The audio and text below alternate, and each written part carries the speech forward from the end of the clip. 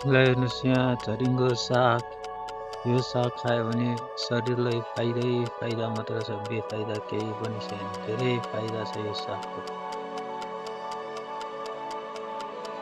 ल हेर्नुहोस् कत्रो भइसक्यो रुख। झरिङ्गो साग धेरै राम्रो, स्वास्थ्यको लागि धेरै राम्रो, फाइदाजनक। यहाँ चाहिँ मेरो काली र राति चरिरहेछ है। यहाँ काली छ, यहाँ राति बोल्यो। यिनीहरूलाई बिहान एकछिन चलाएन भने कराएर हैरान गरेर क्यार क्यार क्यार क्यार गरे गर्छ। घाँस खान्छ, किरा फट्याङ्ग्रा गड्याउला के खान्छ। यिनीहरूलाई दाना मात्र खुवाएर नि नहुने, चर्नै पर्छ एकछिन। अर्को कता गयो राति। यहाँ चाहिँ मैले इँटाको घेरो बनाएर, यसरी इँटाको घेरो बनाएर वरिपरि इँटा राखेर यहाँ माटो भरेर चरी लुट्ने बनाएको।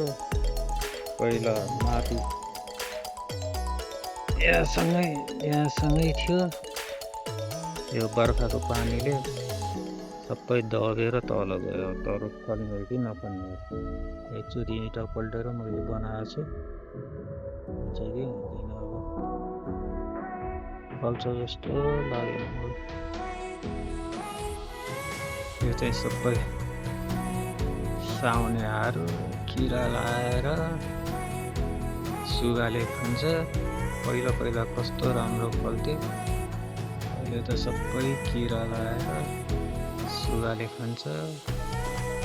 यो धेरै पुरानो भइसक्यो, यो 10-12-15 वर्ष जति भइसक्यो होला यो रोपेको। यस्तो भइसकेको छ रुखको।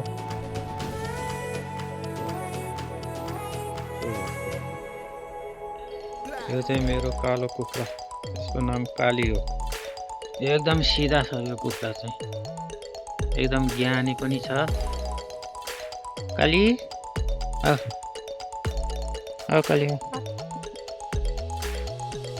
एकदम ज्ञानी छ यो कुकुर। अर्को चाहिँ एकदम छिटो छ।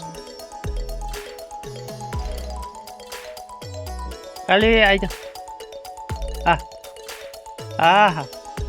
काली भन्नु भने आउँछ। आइज काली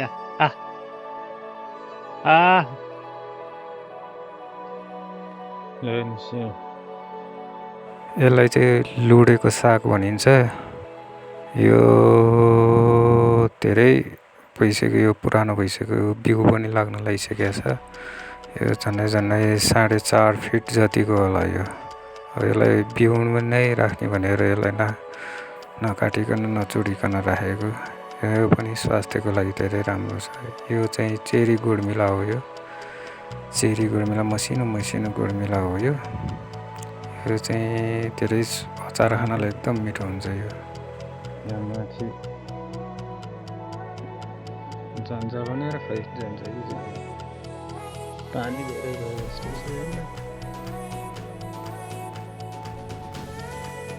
बल्ल यहाँसँग आयो, अझै यहाँसँग आएर अनि छानामा जान्छ। यो के को बोट थाहा छ? यसलाई भन्छ जमुना। जामुन भन्ने अर्कै हुन्छ, यो चाहिँ जमुना हो।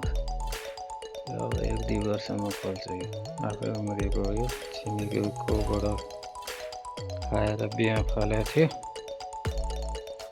यस्तो अप्ठ्यारो ठाउँमा हुँदैछ न, ओखलेको अन्त सार्न मिल्यो। यस्तो यहाँ पर्खाल छ, यस्तो यो पर्खालको बिचमा यहाँ उम्रिरहेछ।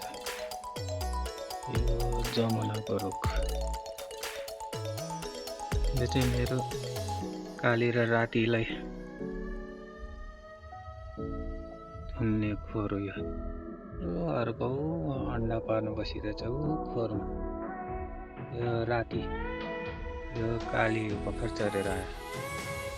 यसलाई चाहिँ अघि नै लखर हिँड्या भएर अघि नै थुनिदिएको, अन्डा पार्न बसिरहेछ। यो चाहिँ ज्ञानी छ। यो काली हो। नाउ दाना खाऊ ल। सबै कुरा बुझ्छ। यिनीहरूको घर यो दिउँसो